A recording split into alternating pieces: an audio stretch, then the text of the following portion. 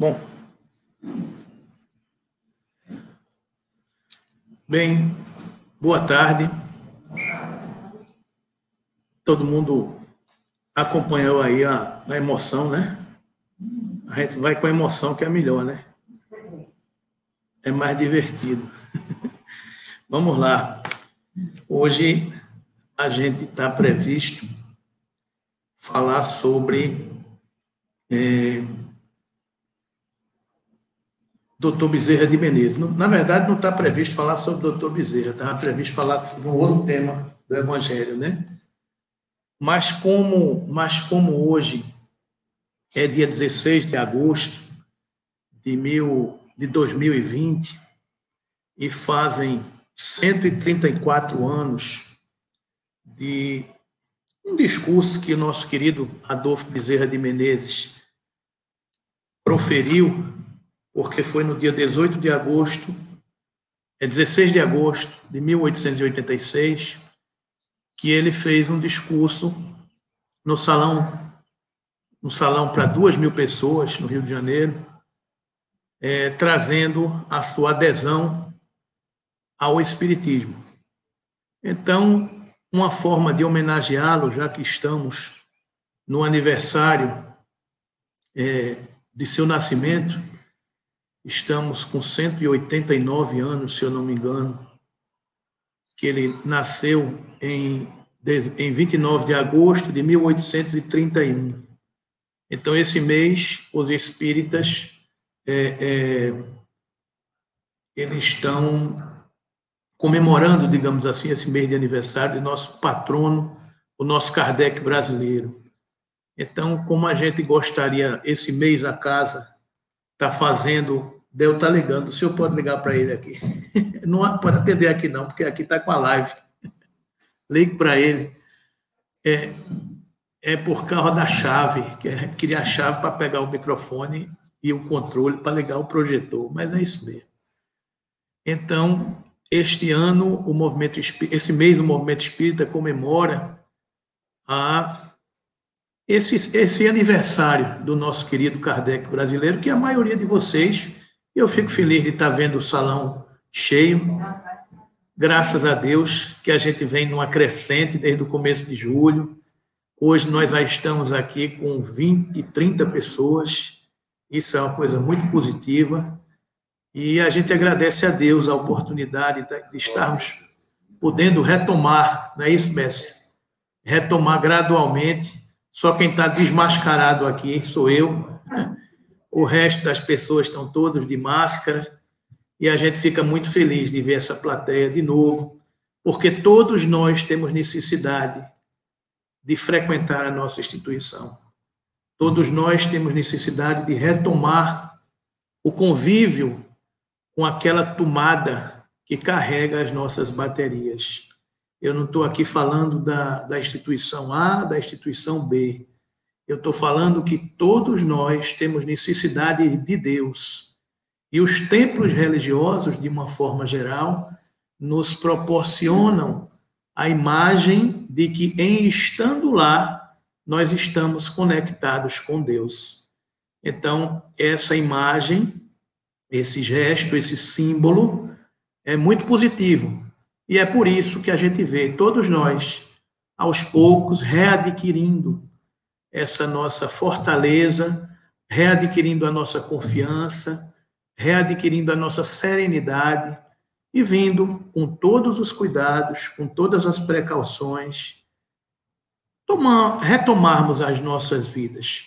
E a nossa religiosidade, a nossa espiritualidade, graças ao bom Deus, faz parte de nossa vida. Então, é por isso que nós estamos aqui, retomando esses trabalhos.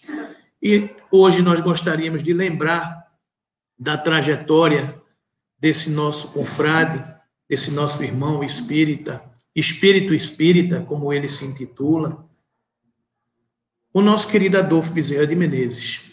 Então, vamos lá. Eu espero que vocês estejam vendo o que eu estou vendo.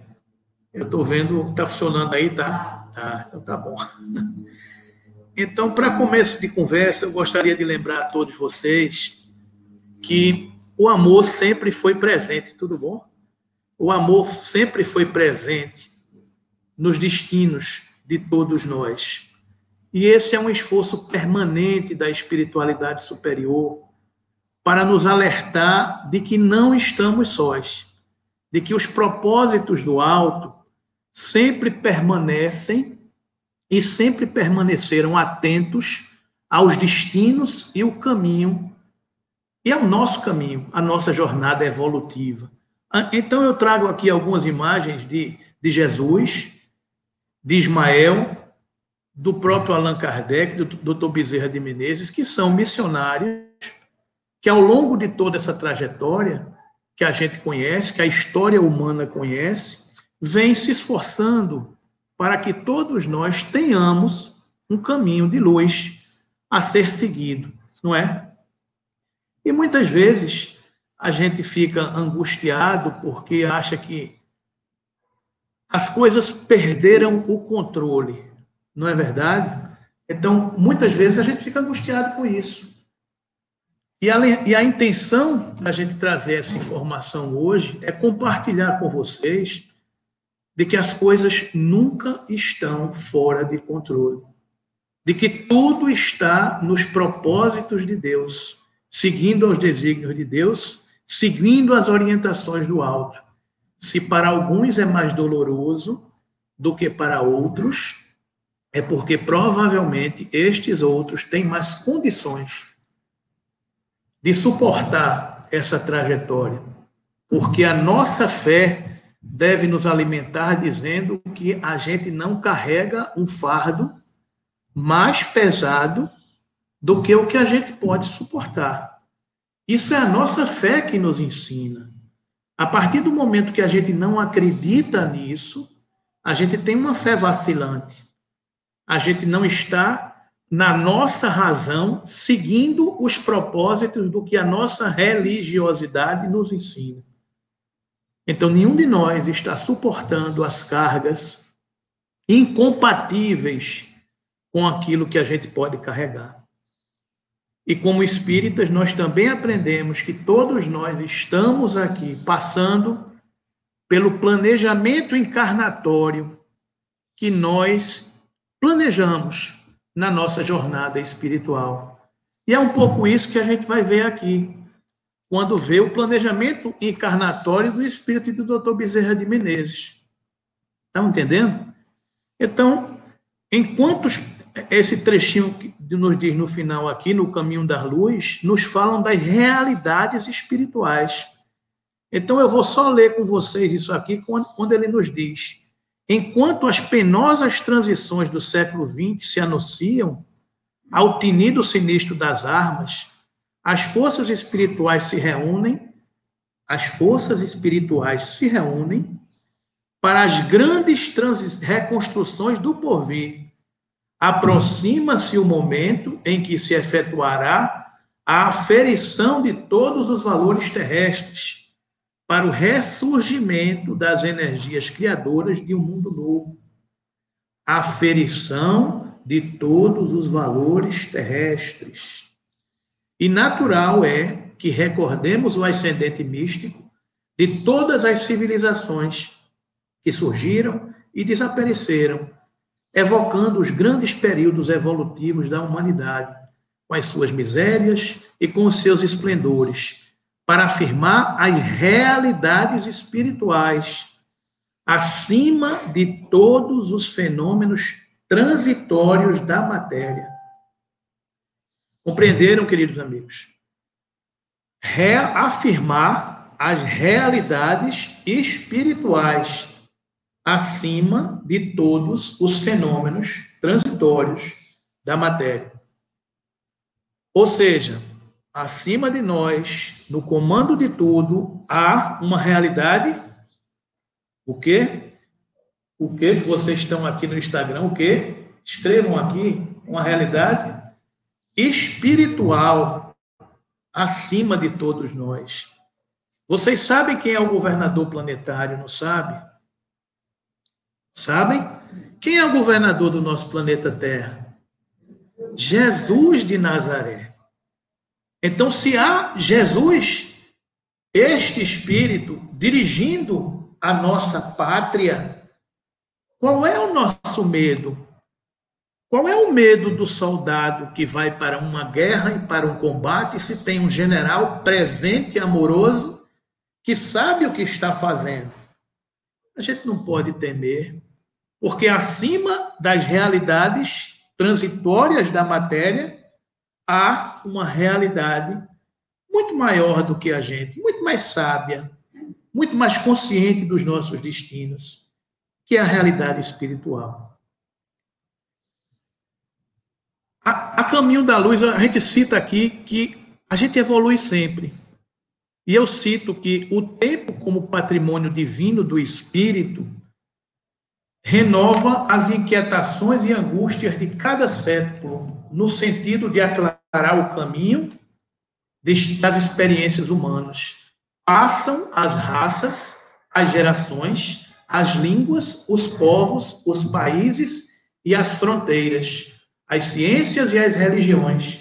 É assim o caminhar da humanidade. Um sopro divino faz movimentar todas as coisas nesse torvelinho maravilhoso.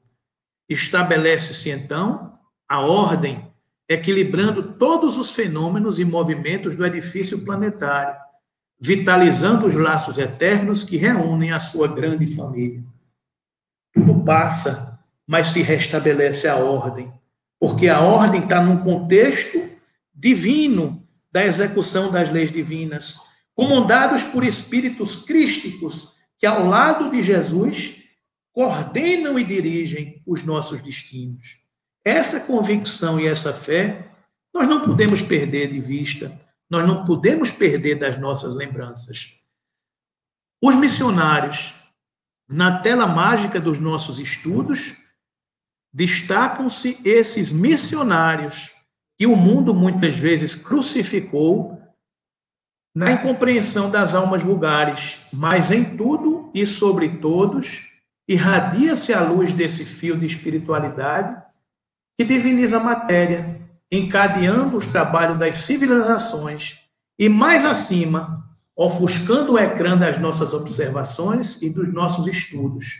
Vemos a fonte de extraordinária luz, de onde parte o primeiro ponto geométrico desse fio de vida e de harmonia, que equilibra e satura toda a Terra numa apoteose de movimento e divinas claridades.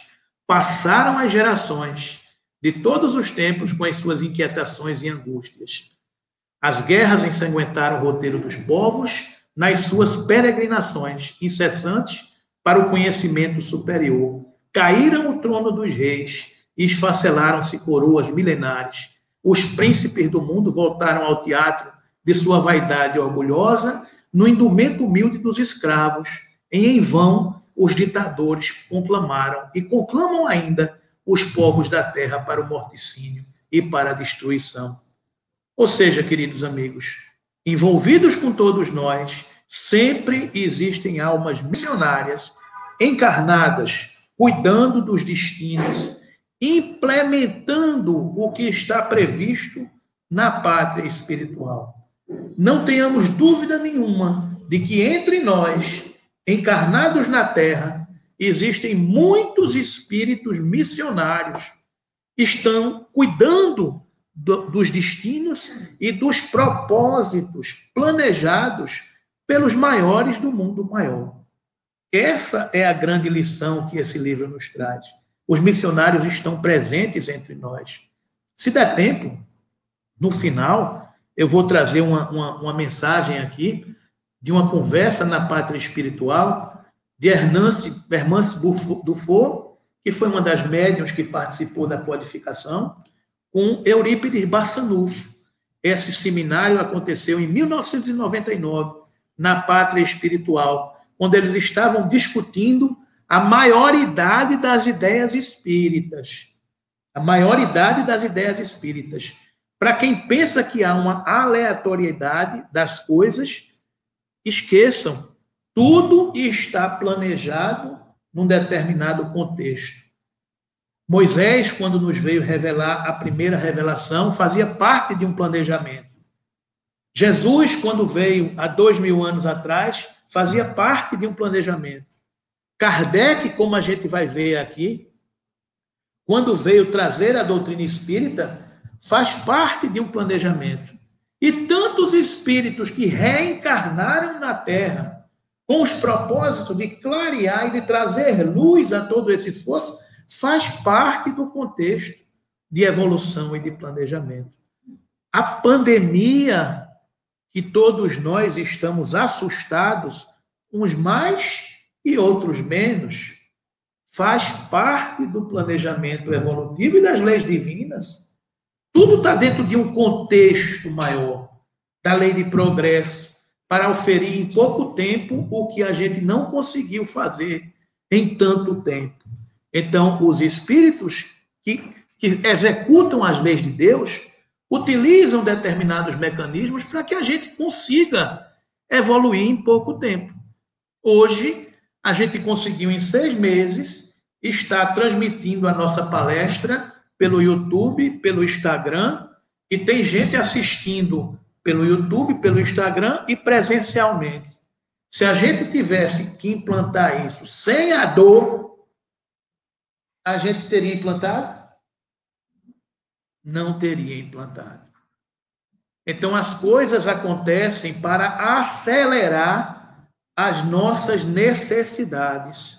E os nossos espíritos necessitam desse progresso e desse esforço. E é isso que está acontecendo. E esses missionários estão entre nós. Pulamos para o século XIX. Doutor Armando, tudo bom? O século XIX foi um destes momentos em que a humanidade foi agraciada. É isso tudo que eu estou falando, a evolução. Eu dei um pulo, um salto para o século XIX, para trazer para vocês a realidade de que no século XIX foi um destes momentos em que a humanidade foi agraciada com um grande número de quem? De espíritos missionários iluminados que vieram efetuar profundas transformações na conjuntura política, social, científica, cultural, econômica daquela época. Vocês estão percebendo? Quando a Terra estava amadurecida suficientemente, o comando do alto diz: vai tu, vem quem? Pensadores, poetas importantes da época, como Voltaire, como Montesquieu, são todas almas que reencarnam num determinado momento para trazer o quê? É o iluminismo. O que é que eles vieram trazer para a humanidade? Luz, cada um na sua área, cada um atuando na sua área de conhecimento. Rousseau, esse aqui que eu não sei dizer o nome, mas quem sabe é isso aí, Quesnay, né? Então, vieram vários espíritos, músicos, Wagner, Chopin, Rossini, Bellini, Beethoven, trazer luz à humanidade, porque nós saímos, como é que era chamada a Idade Média? A Idade das Trevas, das dificuldades, dos problemas, das revoluções, das guerras. Passada essa fase, o que é que eles disseram? Tá bom, vamos mandar o quê? Luz. Então vieram todos esses missionários criar um ambiente para que tudo isso se transformasse. Não é? Então, e veio mais pintores na área na arte, Renoir, Manet, escritores, Victor Hugo, Goethe, Lamartine, Zola, tantos que vieram trazer a sua contribuição, cientistas, Pasteur, Darwin. Então, tanta gente reencarnou para que as coisas começassem a clarear, não é? Século XIX, as grandes transformações, apoiadas principalmente nas ideias renovadoras, divulgadas pelos espíritos reformadores, denominados iluministas e enciclopedistas, dão-se os grandes movimentos sociais europeus, a queda do absolutismo. O que a gente está trazendo aqui, gente, é para afirmar o que a gente leu no começo. É que não há uma aleatoriedade, é que tudo está dentro de um contexto de evolução. como hoje estamos mergulhados num contexto de evolução. Os Estados Unidos foram a primeira nação a absorver o pensamento renovador dos iluministas, advindo como consequências a proclamação da sua independência e a Constituição da Filadélfia, modelo das futuras constituições democráticas. Estão dizendo que está travando aqui no Instagram. Aqui ao vivo não tem ninguém travando, graças a Deus. Aqui está tudo tranquilo, viu, gente? A independência americana repercutiu intensamente na França, acendendo a fagulha que levaria o povo francês à Revolução Francesa. Ou seja, uma coisa vai puxando a outra. A Revolução Francesa, que foi um marco que separou a Idade Moderna da Idade Contemporânea. Não é? Então, são as transformações. A Revolução Francesa fez desencadear sucessivos progressos culturais, fazendo o século XIX entrar para a história como o século da razão, o iluminismo, o século de luz, para que todos esses movimentos viessem trazer o progresso para a humanidade. Outra revolução diferente marcou também esse período, a revolução moral proposta pelo Espiritismo.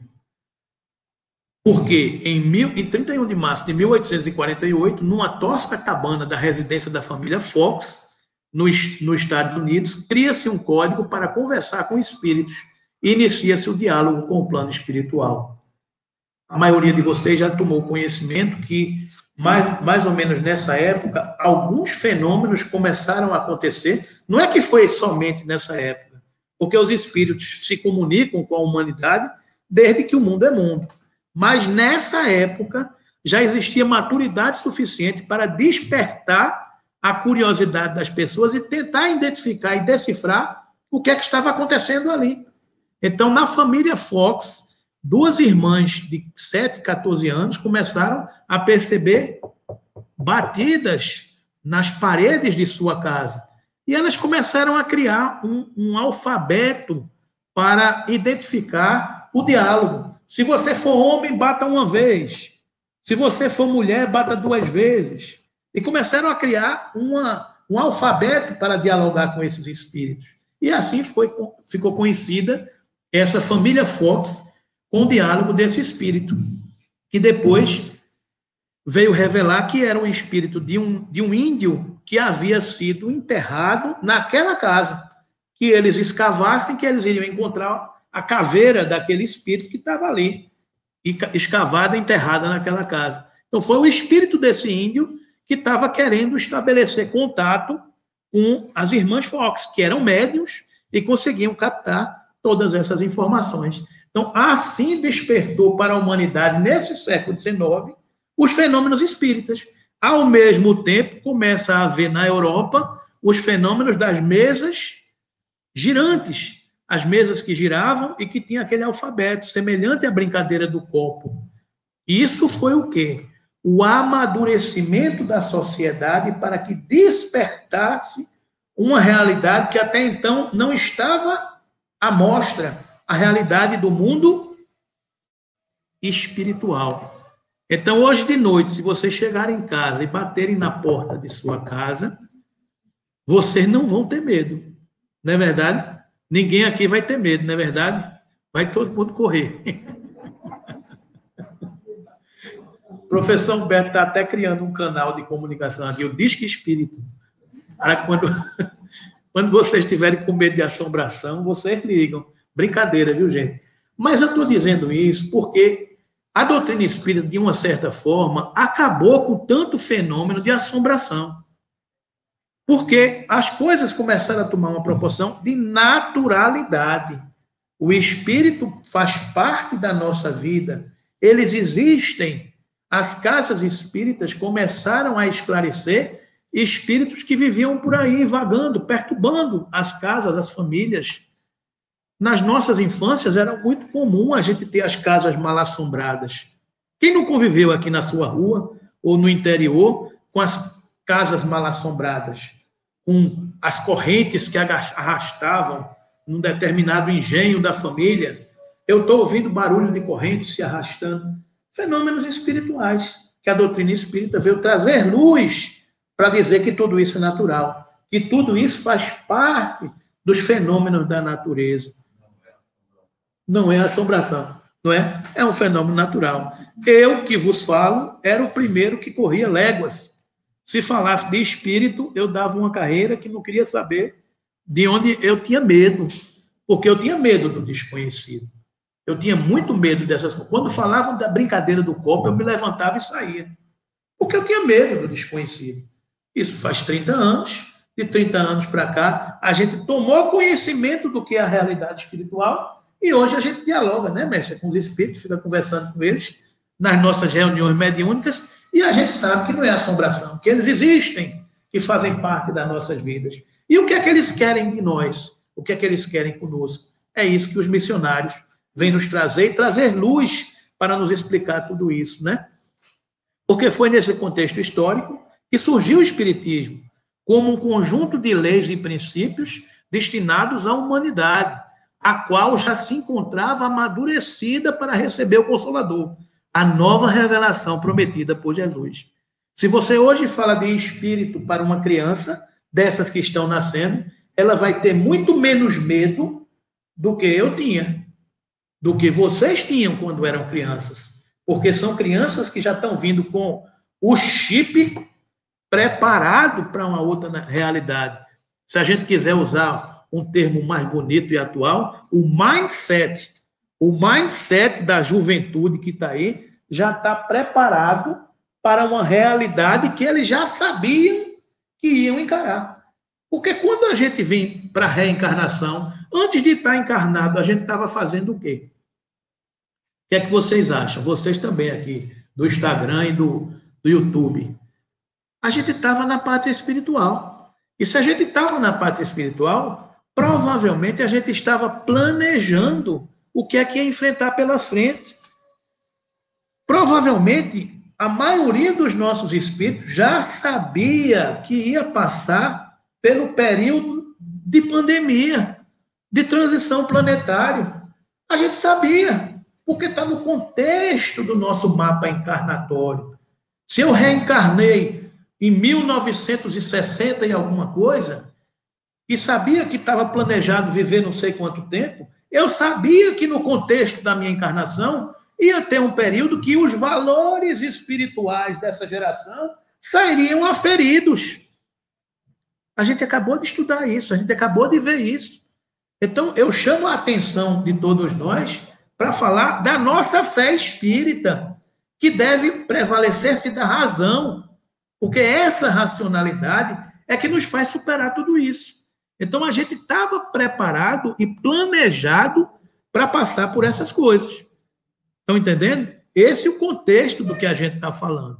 Então, essa humanidade estava amadurecida para receber o Consolador. E foi assim que Allan Kardec reencarnou na França. Vocês sabem qual foi o ano que Allan Kardec nasceu? 1804. Allan Kardec reencarnava na França. Qual era a missão de Allan Kardec, queridos amigos? Allan Kardec tinha uma missão. Quando ele veio reencarnar, ele recebeu a incumbência de codificar a doutrina espírita, a terceira revelação.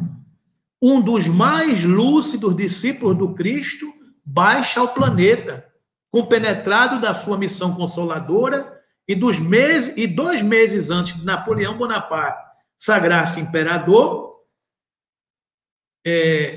obrigando o Papa Pio VII a coroá-lo na igreja de Notre-Dame, em Paris, nascia Allan Kardec aos 3 de outubro de 1804, com a sagrada missão de abrir caminho ao Espiritismo, a grande voz do Consolador prometido ao mundo pela misericórdia de Jesus Cristo. Olha a tarefa. Allan Kardec veio na França, 1804, tu vai reencarnar, e a tua tarefa é essa. E no Brasil? Quem é que ia tomar conta do movimento do Brasil? Lembram que a gente mostrou aqui no começo Ismael? Quem é Ismael? Ismael é o governador planetário, o governador do Brasil. É o Espírito que toma conta do Brasil. Olha aí de novo, planejamento.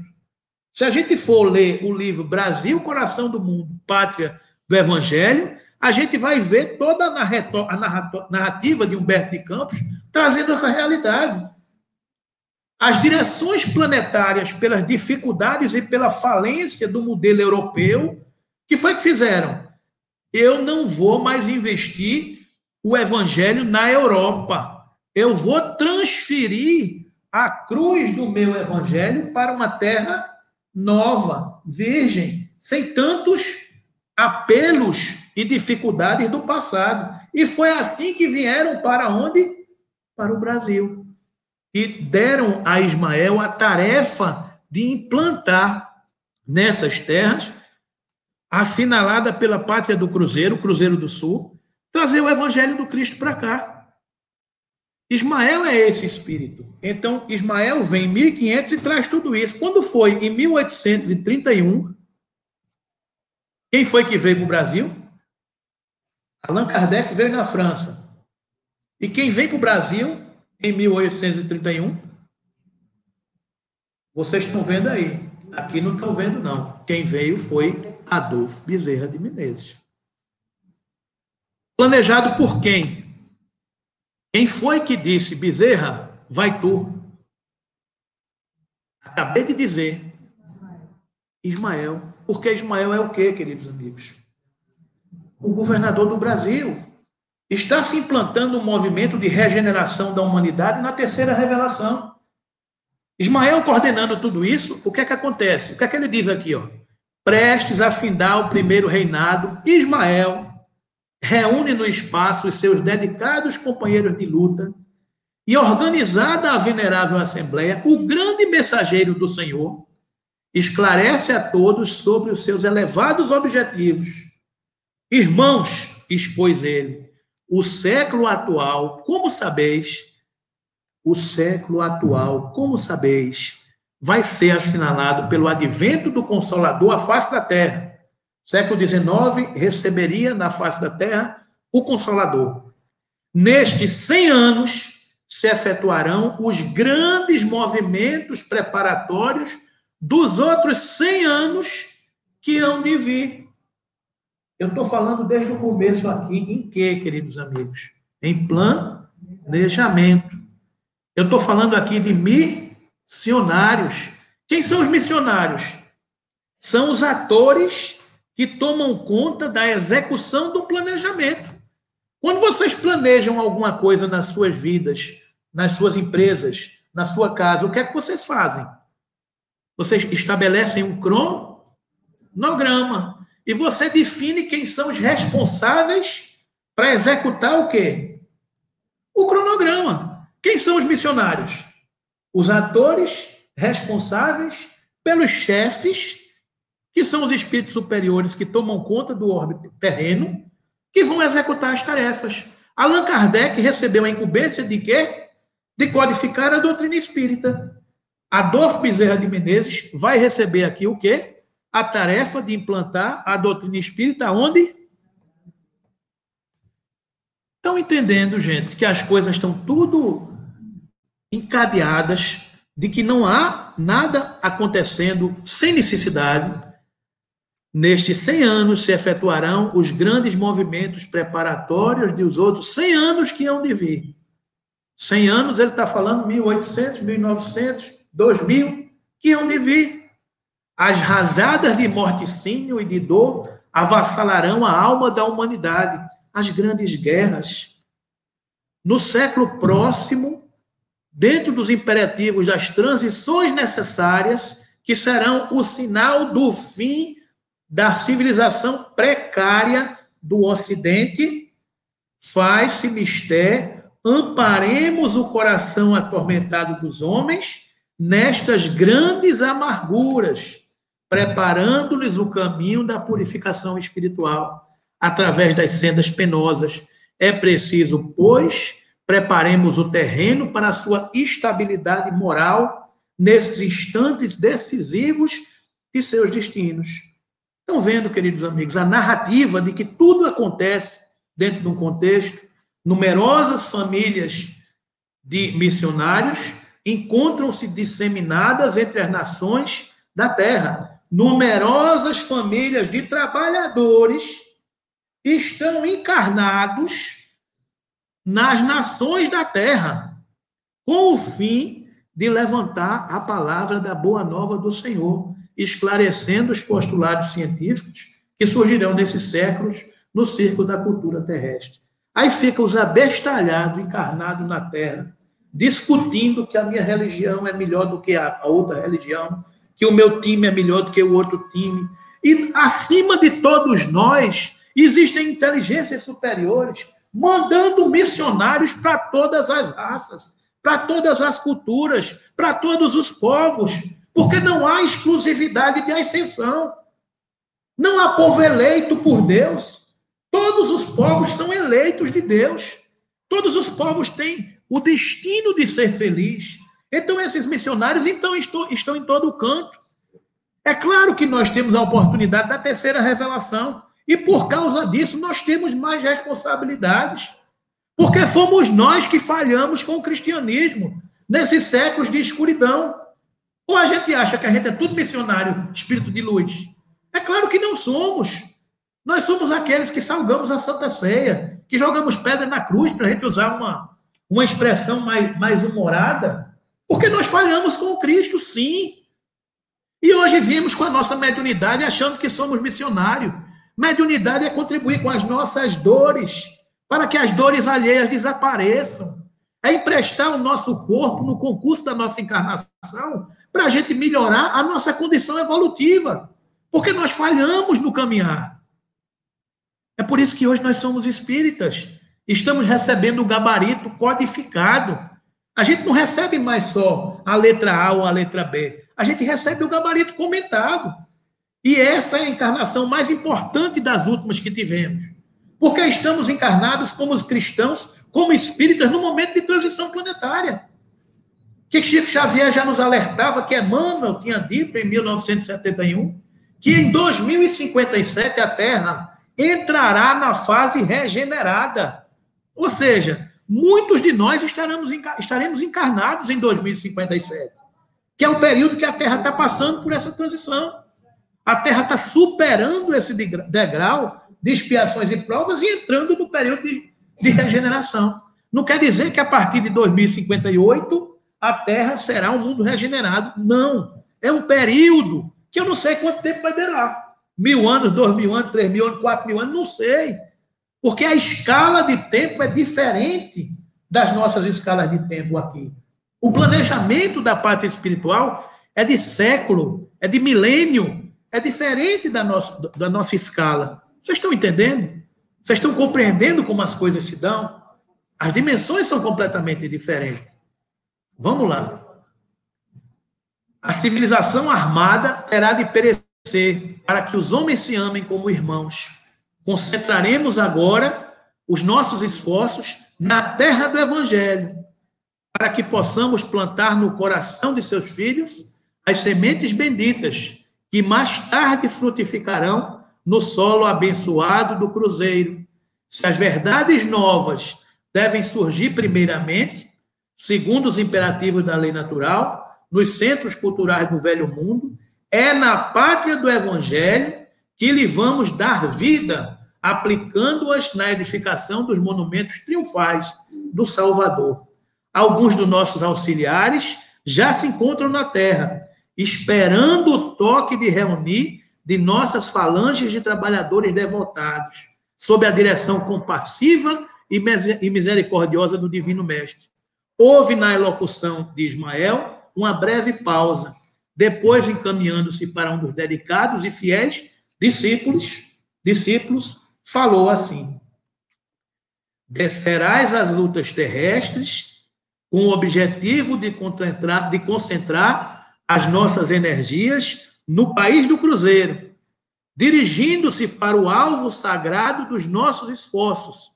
Arregimentarás todos os elementos dispersos com as dedicações do teu espírito, a fim de que possamos criar o nosso núcleo de atividades espirituais dentro dos elevados propósitos de reforma e de regeneração.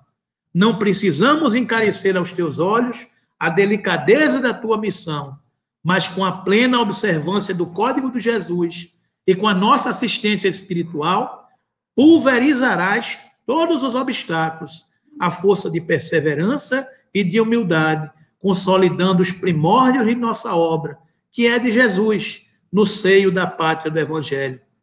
Se a luta vai ser grande, considera que não será menor a compensação do Senhor, que é o caminho, a verdade e a vida.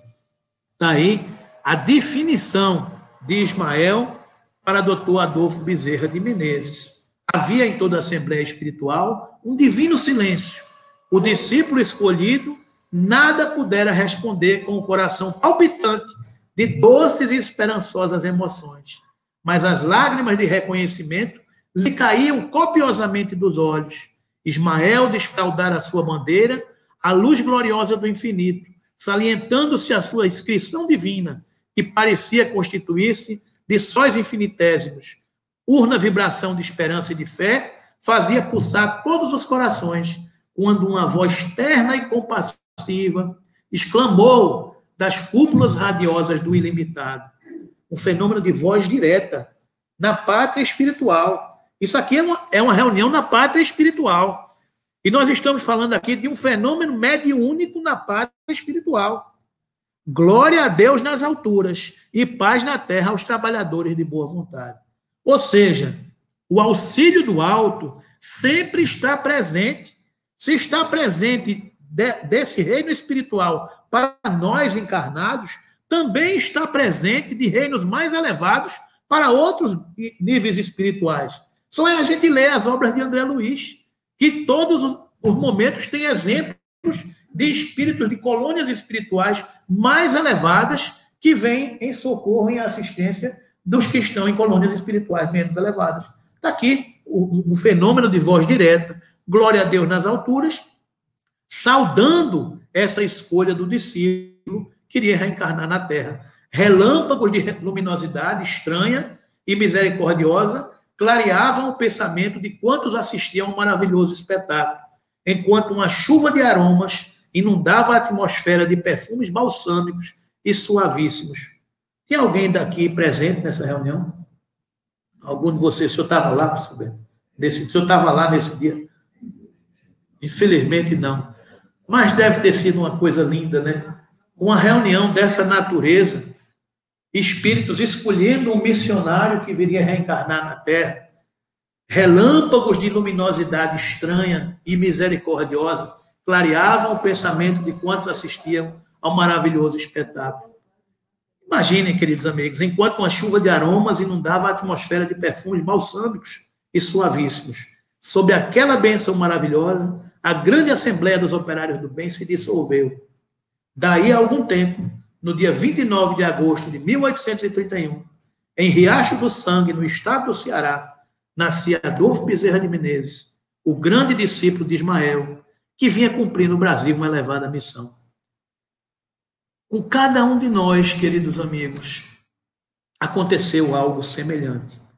Guardadas as devidas proporções e a beleza da Assembleia, cada encarnação de cada um de nós aqui presente foi festejada, planejada, desejada pelos queridos amigos que nos assistem, porque nenhum de nós é desprovido de carinho, de amor, de amizade, de amparo, de consolo, de afeto.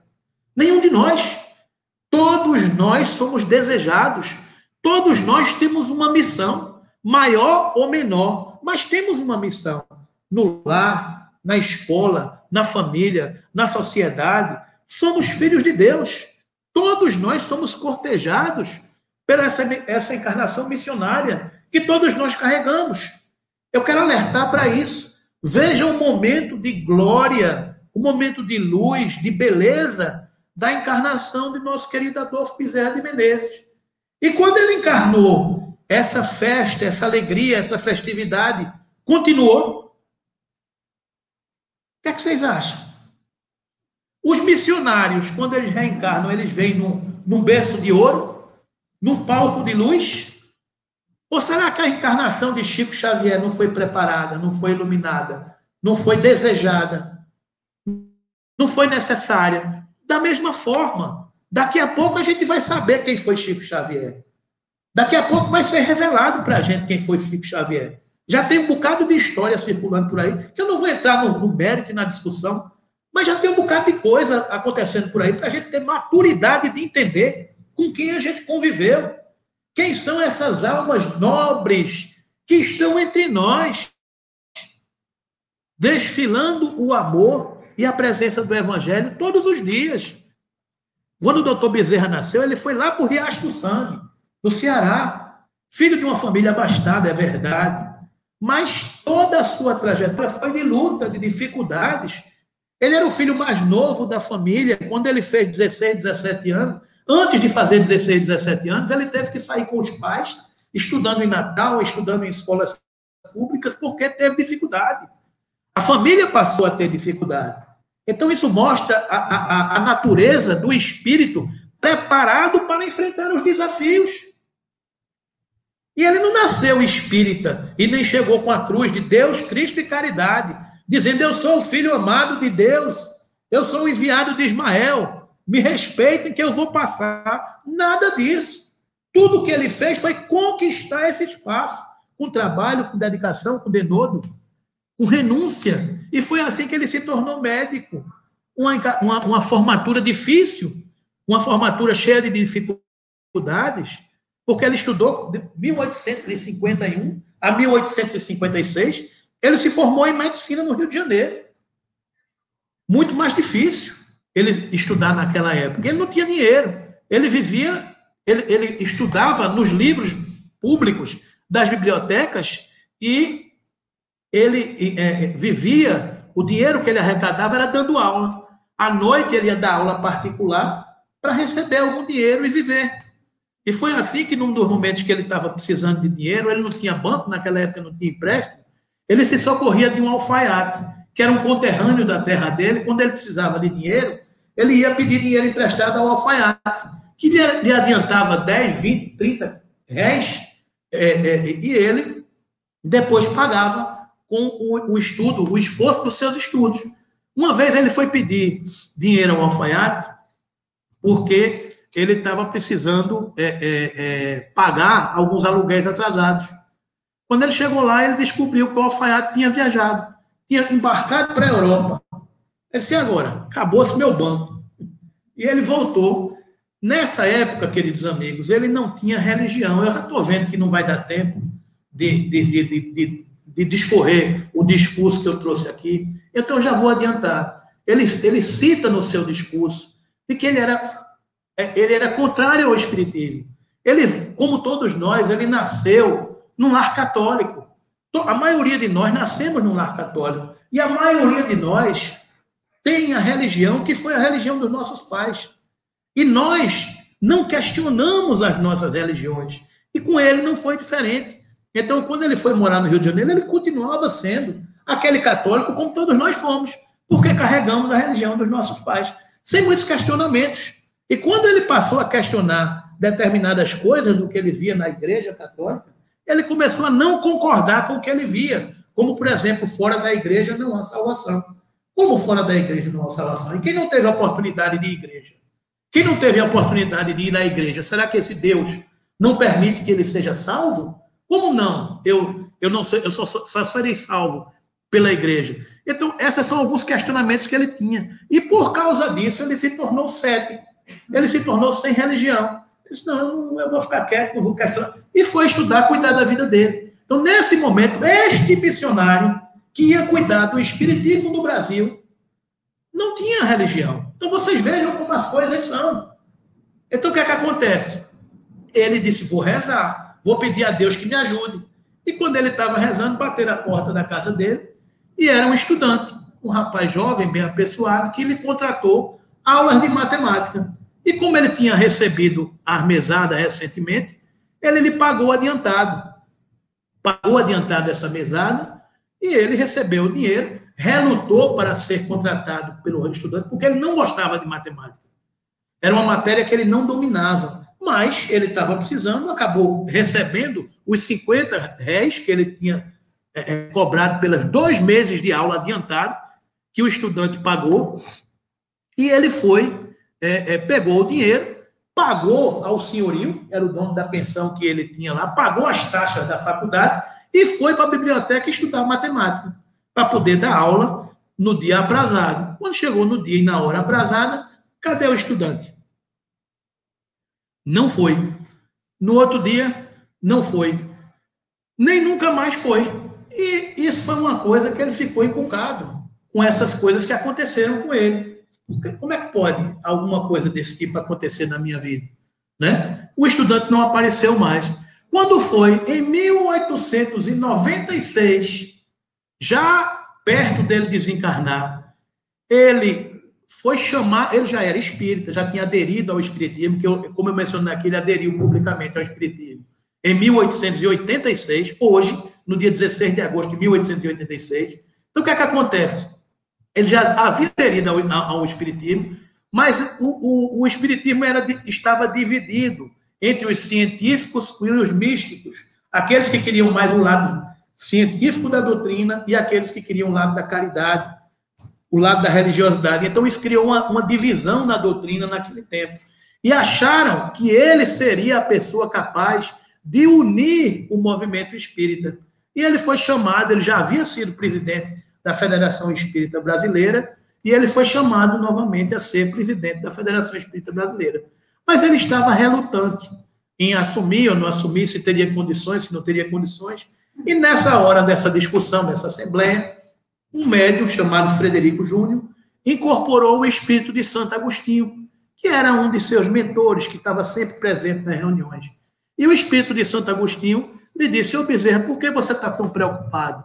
Disse: não, eu estou preocupado porque pode ser que eu não dê conta dessas dificuldades e tal, não sei o quê. Eu disse: não tem problema, nós estaremos com você. E nas horas da dificuldade, a gente lhe envia outro estudante de matemática. É divino isso, né? Quantos estudantes de matemática já chegaram na vida de vocês?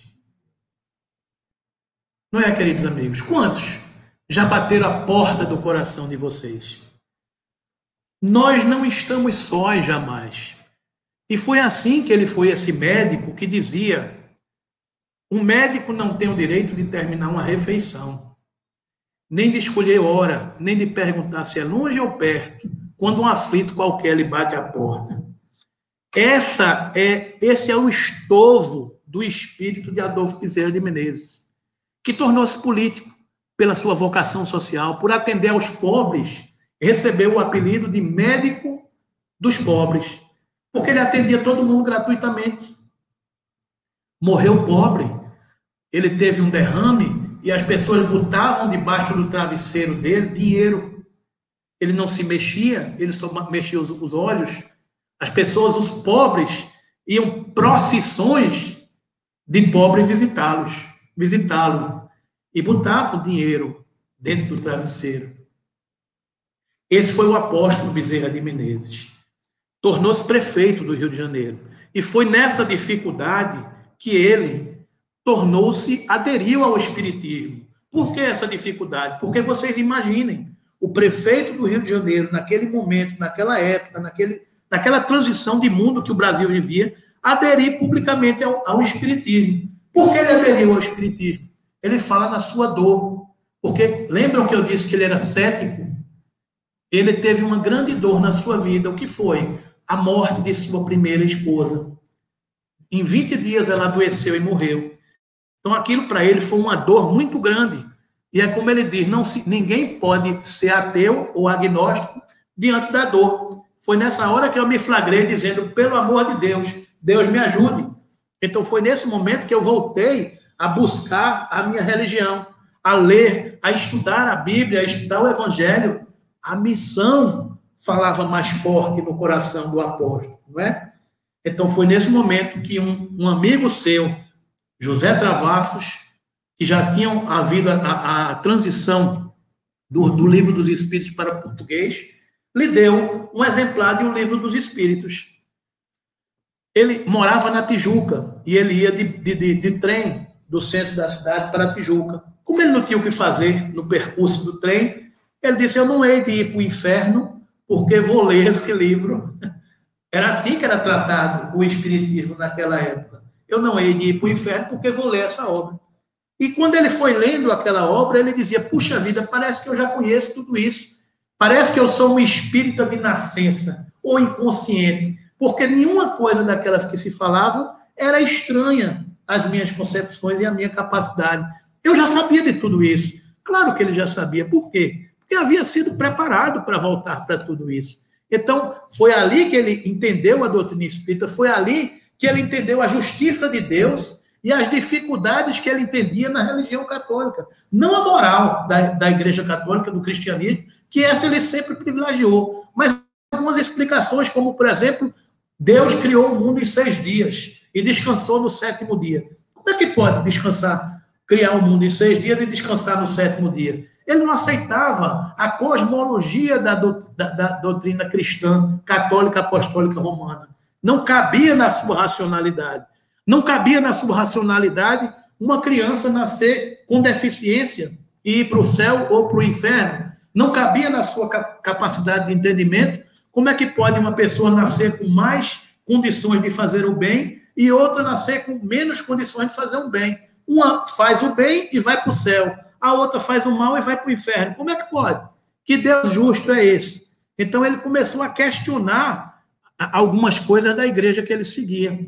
E na doutrina espírita, ele encontrou resposta para todas essas suas dificuldades. E foi assim que ele tornou-se espírita e fez esse discurso de adesão ao espiritismo, hoje, há 134 anos atrás, no dia 16 de agosto de 1886, e tornou-se o Kardec brasileiro, porque a partir daquele momento ele tornou-se um ícone no movimento espírita no Brasil e seguiu fundando casas espíritas, sendo presidente da Federação Espírita Brasileira, sendo a ponte de ligação, de união entre esses movimentos espíritas dos científicos e dos místicos, e ele, quando desencarna em 18 de abril de 1900, ele desencarnou. Ele, quando desencarna, ele volta para a pátria espiritual e contam que em 1950, outra reunião na pátria espiritual, comandada por Ismael, com a presença de vários espíritas, como Leon Denis, como Viana de Carvalho, que fez a saudação em nome dos espíritas brasileiros, Leon Denis, como fez a saudação para esse apóstolo em nome dos espíritas do mundo, e Dr. Bezerra de Menezes foi homenageado. Contam que nesta reunião, durante a reunião, um clarão aconteceu e abre como se fosse uma escada, aonde desce uma jovem que era Celina, enviada de Maria, que mandava um recado de que Maria, a mãe de Jesus, avisava que a tarefa dele na terra já havia sido encerrada, que ele tinha cumprido com êxito toda a tarefa, toda a missão que ele havia recebido, que ele já podia ir para outra colônia espiritual, outro orbe espiritual, porque ele já estava gabaritado nessa condição. Ele pede desculpa, pede licença e diz que enquanto houver alguém na Terra chamando pelo seu nome, enquanto houver compromissos da sua alma com esses espíritos, ele pede licença para permanecer na Terra. E é assim que, de 1950 para cá, Dr. Bezerra de Menezes continua conosco, sendo esse Kardec brasileiro, o médico dos pobres, que nos socorre e que é um dos patronos do movimento espírita que a gente conhece. Então, só para concluir aqui, porque o tempo está já chegando, eu vou dizer, era só isso que eu ia ler com vocês, ó. Depois a gente faz um seminário para ler isso aqui, porque tem tanta coisa importante aqui. Mas eu vou só dizer a vocês o seguinte aqui, ó, que o trabalho continua, porque o debate a seguir foi realizado no Hospital Esperança. Já ouviram falar nesse nome, Hospital Esperança? De Eurípides Bassanufo, na colônia espiritual. Após as comemorações do 50º do Acordo de Unificação, em 5 de outubro de 1999, na cidade de Goiânia, experientes dirigentes espíritas recém-desencarnados debateram temas diversos com Eurípides Bassanufo, tendo a oportunidade de externar suas angústias e dúvidas sobre as tarefas na seara espírita. De novo, planejamento. Estão lá, dirigentes espíritas desencarnados, discutindo na pátria espiritual as colônias de tudo que está acontecendo, né? Então, ante a riqueza das abordagens, fizemos as necessárias adaptações com autorização do benfeitor. Aqui acabou. Tchau. Hein? Acabou aqui o Instagram, acabou. Perdeu. Ante a riqueza das abordagens, fizemos as necessárias adaptações com autorização do benfeitor e destinamos aos amigos da Terra, em forma de síntese, esse roteiro de sabedoria e advertência em favor da causa que todos abraçamos, junto ao ideal espírita cristã. A gente falou de vários missionários, não foi? Então, para encerrar e deixar a gente feliz e tranquilo, eu trago a notícia que aqui, em 1999, está discutindo, Hernance Buffo, que foi aquela médium, uma das médias que participou da codificação espírita com Allan Kardec, num debate aqui com Eurípides Bassanufo. Olha o que ela pergunta. Os 80 líderes preparados por Bezerra de Menezes seriam missionários na transformação da Seara? Que informação é essa, gente? Dr. Bezerra de Menezes preparou na pátria espiritual 80 líderes que estão encarnados por aí. Para quê? Na transformação da Seara. Olha a resposta de Eurípides Bassanufo. A grande maioria é composta por almas sedentas em superarem o orgulho e o prestígio pessoal que ainda carregam. O que a gente está dizendo? Nós somos imperfeitos. Nós estamos aqui para superar tudo isso. Essas almas também serão bem-sucedidos se souberem usar a ampla capacidade de visão religiosa que possuem para desenvolver formas criativas de operar a construção de relações afetivas. Afetividade que fomente mais motivação entre os confrades, sobrepondo o amor institucional e abra caminhos maduros a uma maior interação social entre a comunidade espírita e a sociedade. O imperativo cultural da convivência na diversidade será medida irremediável a toda organização que deseja acompanhar o progresso que aponta para o ecumenismo ético independente da concordância filosófica.